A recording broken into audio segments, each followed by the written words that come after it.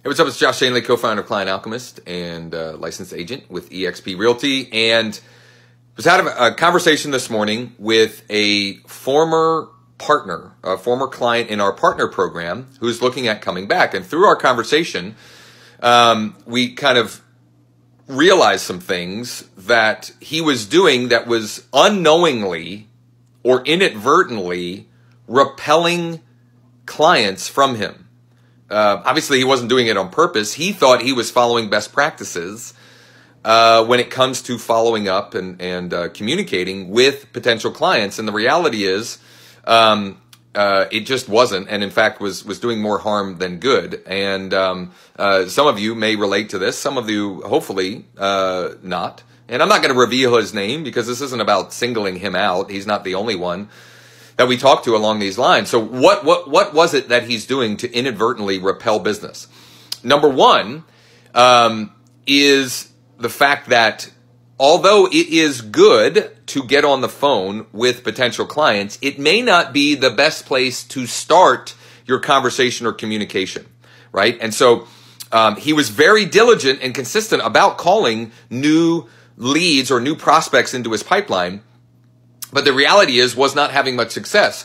And the best place to start to get that conversation going is actually through text messaging right now, okay? And starting that conversation there and then taking it to the natural progression of a conversation.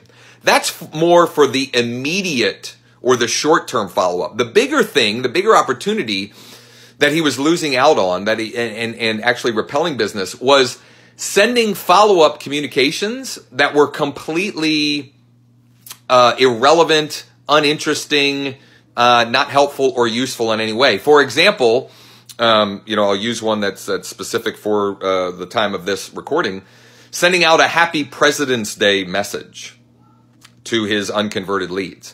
The reality is, that's just not interesting. It's not entertaining. It's not informational. It's not helpful or useful in any way, shape, or form. And when you send those kind of things, the stock sort of messages that a lot of sort of old CRM solutions come with, you're actually doing more harm than good.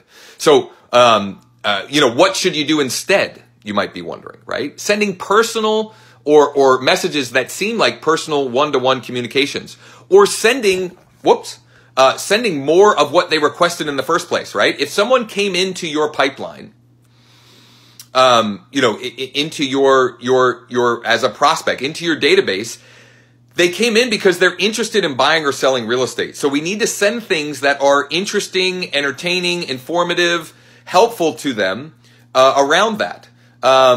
Now, you got to be careful with that too, because one of the other things he mentioned that he was doing was sending out negotiation tips and tactics. And again, the reality is, though we as real estate professionals might find those helpful or useful, the general consumer doesn't. They want to look at interesting homes. They want to look at properties that might be a good deal, right? They want to look at and find find out more information about what those types of interests. Right? So, if you're doing that kind of stuff, stop it, right? If you're sending out, reminders about changing your clocks or, President's Day cards and things like that, stop sending that stuff.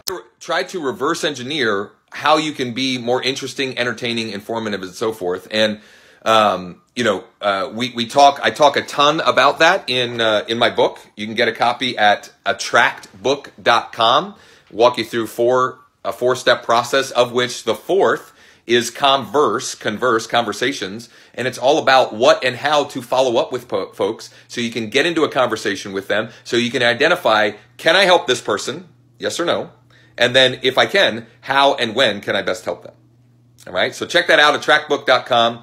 And I'll put a link in the comments. Thanks for checking this out. If you found it helpful or useful, share it with someone else in our community, in our industry that might find it helpful and useful as well. Thanks, take care, and hopefully we'll talk again real soon.